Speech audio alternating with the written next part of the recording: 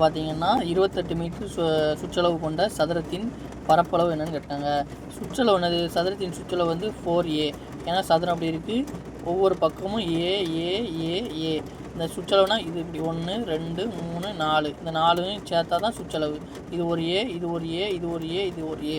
அப்போ ஏ plus A plus A plus A, அப்படின்னா 4 ஏ இருக்கா? அதான் சதுரத்தோட சுற்றளவு. 4a எத்தனை கொடுத்துருக்காங்க? 28. சதுரத்தின் சுற்றளவு 28ன்னு கொடுத்துருக்காங்க. அது 4a. சரிங்களா? அப்போ 4aனா இப்போ ஏ இந்த ஒரு பக்கம் இருக்குல்ல, அது எவ்வளோன்னு கண்டுபிடிச்சிடலாமா?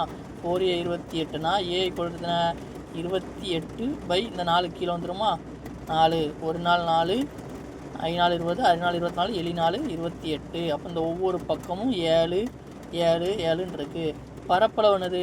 சதுரத்தின் பரப்பளவு ஏ ஸ்கொயர். சதுரத்தின் பரப்பளவு வந்து ஏ ஸ்கொயர். அப்போ 7 ஸ்கொயர். 7 ஸ்கொயர் பண்ணுங்க எத்தனை? 49.